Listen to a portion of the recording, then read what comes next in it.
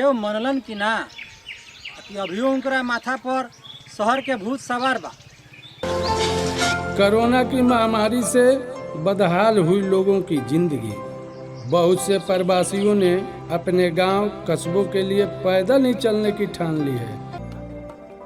अरे भैया तू का हो देव, अब गांव याद आवे लगल नु? अब गांव काहे याद आवे लगल? तुम गांव आवे के चाहतन भैया।